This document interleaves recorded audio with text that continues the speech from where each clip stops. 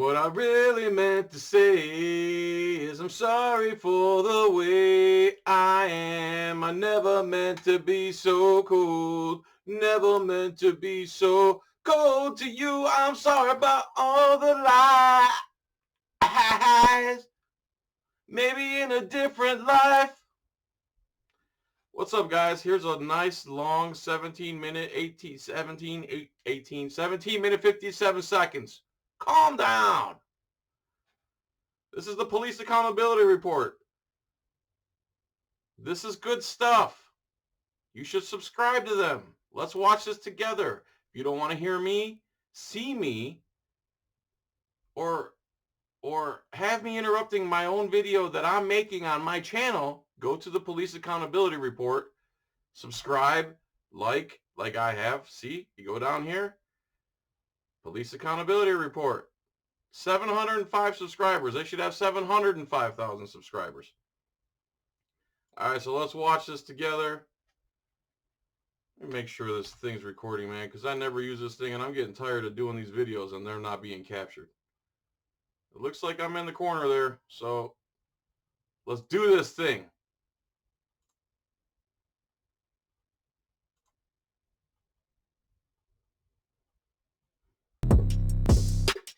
Hello, my name is Taya Graham, and welcome to the Police Accountability Report. This is a breaking news report with exclusive footage. Now, I know we start every show with a pledge, that the point of the show is to hold the politically powerful institution of policing accountable. And we also say we go beyond the headlines and dig deep into the details to do so. And I want you to know that if you have evidence of police misconduct, please email it to me privately at par@therealnews.com. And please like, share, and comment on our video. I do read your comments and appreciate them. You can follow the Police Accountability Report on Facebook or Instagram, or at Eyes on Police on Twitter. And of course, you can follow me directly at Taya's Baltimore on Facebook and Twitter. And I want to thank you for joining us for the first season of the Police Accountability Report. We will be taking a short break, but we'll be back with a new show premiering on YouTube on December 5th.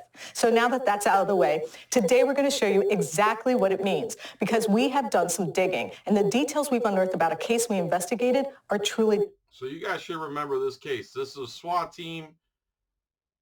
Whatever they're doing, who knows what they're doing, don't know if it's legitimate or not, whatever, but they look like basically a paramilitary platoon with an armored vehicle, and a 15-year-old kid comes out of the house. One of these cops thinks it'd be really cool and tough to give him a left hook. This dude on the porch records it, and then these other soldiers / police, whatever they are, come over, no body cams on, and tackle and arrest this guy, claiming he did something wrong. They did that on his own property. Here's the follow-up. Disturbing.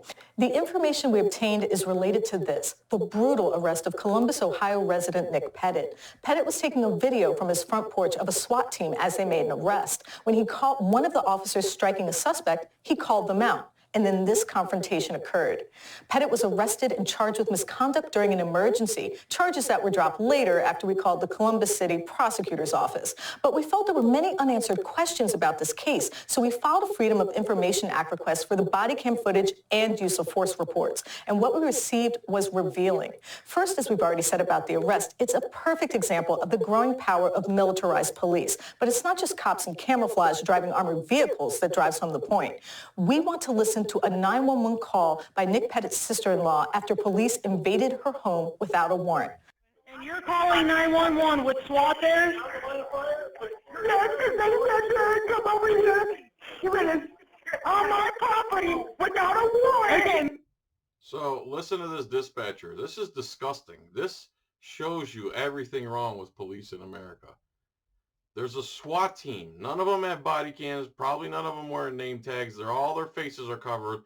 They all have their hands on either full auto or semi-auto assault weapons. And they come onto this guy's property because he saw one of them strike a minor. And they arrest him. So his wife knows that what they're doing is illegal, calls 911, and the dispatcher says that she's going to arrest her for calling 911, reporting the crimes of her officers. Ma'am, my brother-in-law talking about arresting me because I'm recording. Ma'am. Yes. Ma'am, listen to me. That's your SWAT officer yelling at me right now because I got my door open. Listen to me. You're going to get charged with misuse of 911. You're going to get charged with misuse of 911. I thought you're supposed to use 911 when there's an emergency. There's an emergency. There's a bunch of armed soldiers, who knows what, came on our property fully armed when we were not breaking any laws. Do you understand, dumb dispatcher? And they tackled my husband and took him to jail for nothing. That's kidnapping. He didn't do anything illegal. How's that not kidnapping? We investigated ourselves and we found there was nothing wrong. Because you're calling 911 when the police... You're calling 911 when the police are at your house. She's calling 911 because of the police. Do you understand? It's because of their illegal actions she's calling 911. What's the number we call when the police break the law? What's that number? You don't know shit about anything going on here. That's what I'm saying. I called them because they came on my property. They don't have a warrant or nothing. I'm a victim. Okay, ma'am, you're calling 911 with the police at your house. Yes, because they're breaking the law. The police are breaking the law. That's why I'm calling. Dummy. Yeah, because they don't have a warrant for my address. Okay, well, that doesn't warrant you calling 911. That doesn't warrant you calling 911. What number do we call when the police break the law? What's the emergency contact for that?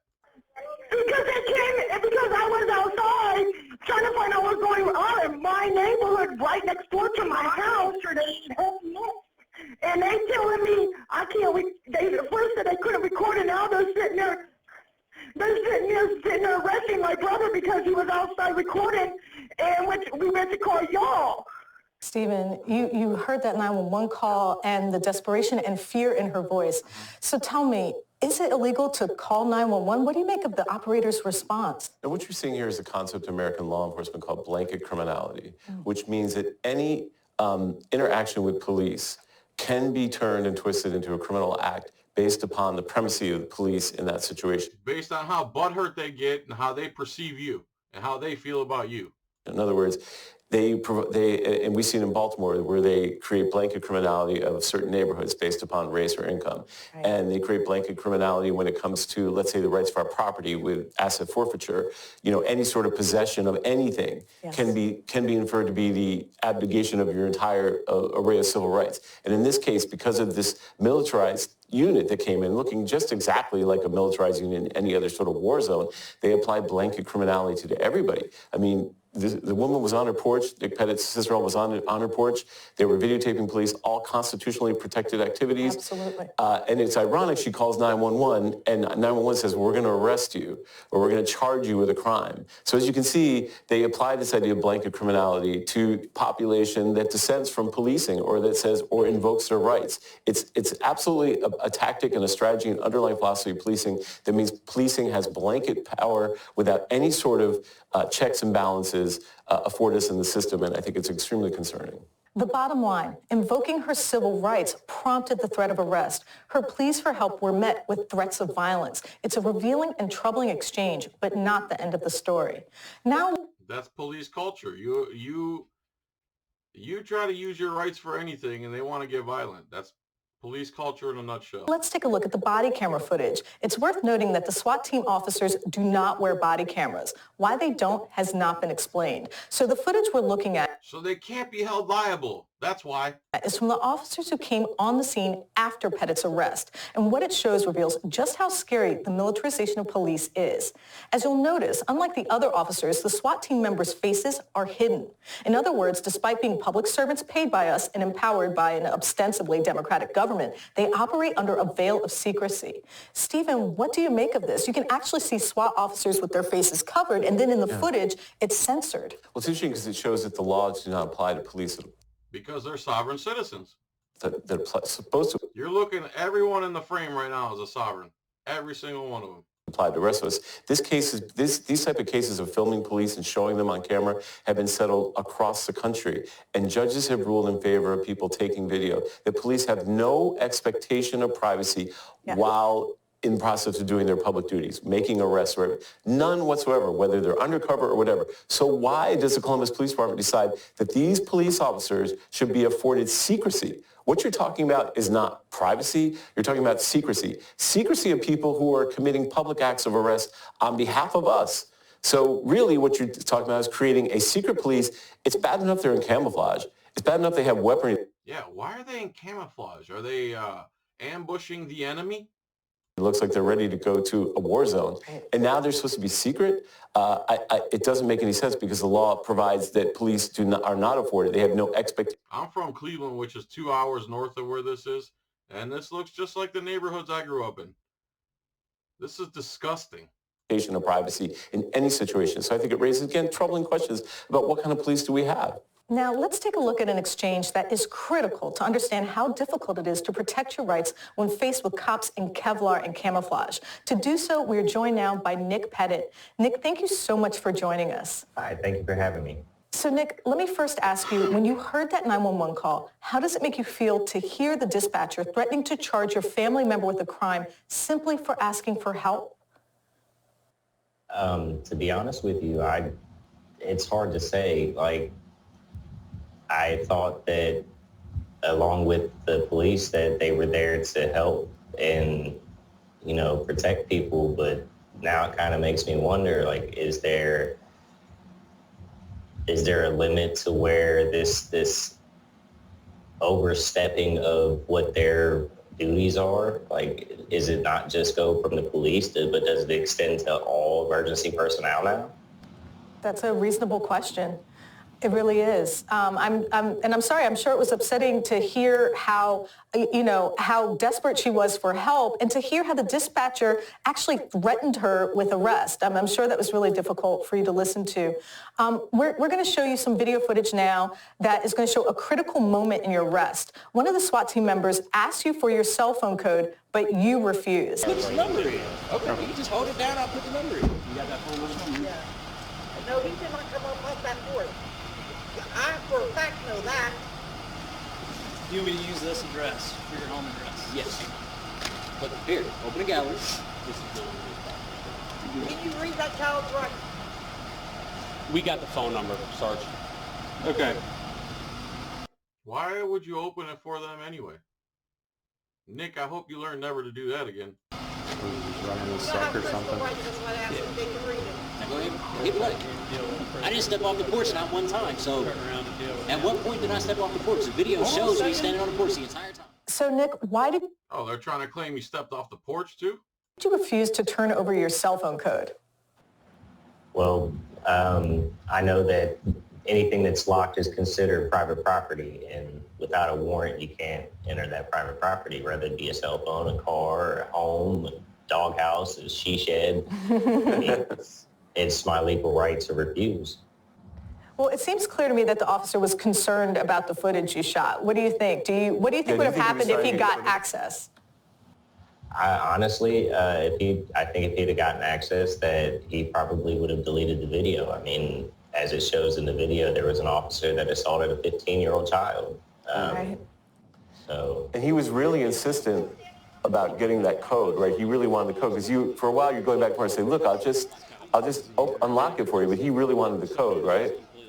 right. He Yeah. kept asking me, and there was a lot, like when Because he wanted to destroy the evidence. He wanted to commit a felony. I was on the porch at the end of my original video, you could hear him say, give me the phone. Right. Right. So what do you think he didn't want people to see? I guess what exactly occurred, right? Right. Yeah. Pretty much everything in general. Like that was just not what was supposed to happen. Stephen, does an officer need a warrant to gain access to his... Yes. Case closed. Clearly. He needs a warrant. Yes, that is, Right. as Nick states, that's his private property. You need a warrant to access the phone. You can't just go into someone's phone. There's been a lot of Supreme Court precedent on this and, generally sided with people that they have a right to privacy. And it's a Fourth Amendment. It's a typical Fourth Amendment case, right? Without a search warrant, you're not supposed to access people's belongings. And this is, if a phone is in your belonging, I don't know what is. And I think it's a classic case of police trying to suppress unflattering information about them. So yes, the police officer would need a warrant. He should have been asking him he should have gotten a warrant first, not asking for his code to unlock his phone. Now, finally, I want to read an excerpt from the use of force statement provided by the officer. And he says, and I quote, "I placed the suspect on the ground." Nick, would you characterize that as an accurate description of what happened to you, that you were placed on the ground? No, not at all. Now, why are cops allowed to lie on police reports? And why, when they're caught lying on a police report, does nothing ever happen? People, wake up. This is the reality. They do what they want, and you just have to pray that you never get caught up in their system. As you can see in the original video, that if placing is what they did in that video, then I don't want to be placed anywhere. Fair enough. Fair enough. How would you actually describe it? Not instead of place, what word would you use? It was very rough. They slammed me against the wall, and from there, it was more kind of like a body slam against the porch. Like Wow. I had my hands behind my back in what they call flex cuffs, and then from there, I was essentially body slammed on my face. That's terrible. Nick, you were No, you weren't, sir. You were placed there polite like a game piece. and compliant throughout the entire arrest. When you asked the police officer why you were being arrested and why you couldn't just walk across the street and go home, he responded, "I don't know." Did that surprise you? No, not at all. I'm used to responses like that from officers on a daily basis. Like I get pulled over for, just a random pullover, and I'll be like, "Well, is there a reason why I'm being stopped?" And like, "Well, we don't know yet." It's a normal thing here in Columbus. So they just pull people over, just random car stops, and they don't really give you a pretext or anything? They just pull you over? Yeah, a lot of times they will. Wow. Nick, it took hours for you to be arrested, processed, and then you were kept in jail for days. Do you think this kept your community safer? Days for recording lawfully from his front porch. I mean, do you think this was a good use of your city's resources? No, because if I'm the worst that this neighborhood has, God save America. I mean, in other words, they weren't making your community safer, is what you're saying. No, they were not. If anything, it just instilled fear The whole incident shows that they're the dangerous ones in the community. into the neighbors and into the rest of the people in the neighborhood. You know, that makes a lot of sense that if I was your neighbor, I would be worried the next time I called police if I knew the story of what happened to you and your Because calling police can get you killed. family members. I would be genuinely concerned. And if you're the worst that's in the neighborhood, I want to move to your neighborhood. Yeah. One thing that's really interesting, Nick, they had all this like military style equipment on their uniforms. Wasn't that a little intimidating? I mean, it seemed like they were geared up to go to war, didn't it?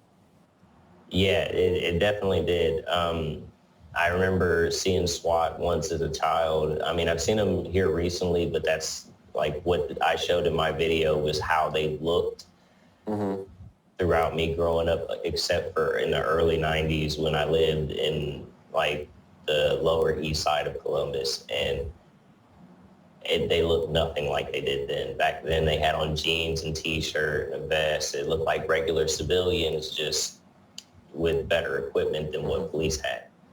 But now, what do you think? How would you characterize them now? Oh, I think that, honestly, they look like they had just left boot camp.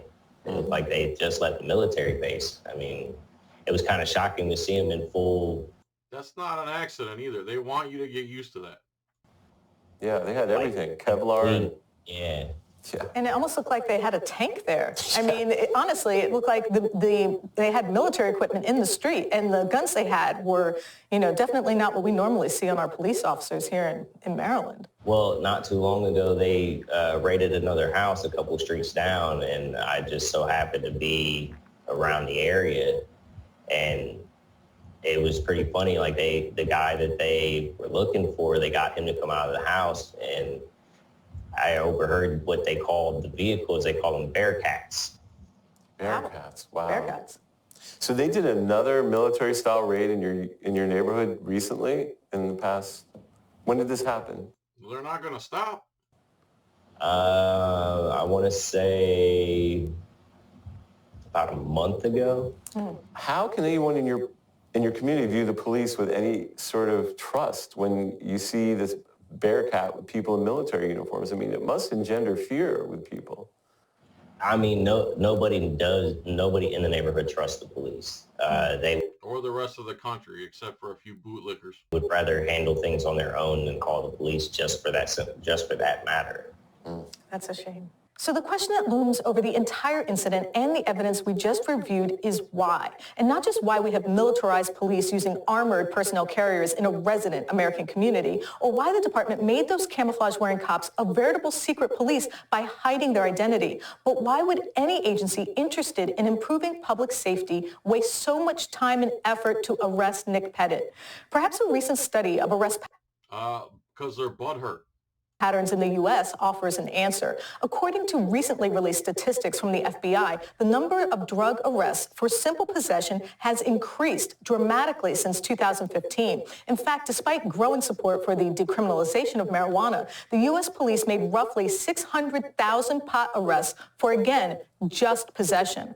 So what can we conclude from these numbers? Maybe that the bulk of American policing has nothing to do with safety, public opinion, or the needs of the community. Yeah, and everything to do with raising revenue and caging people.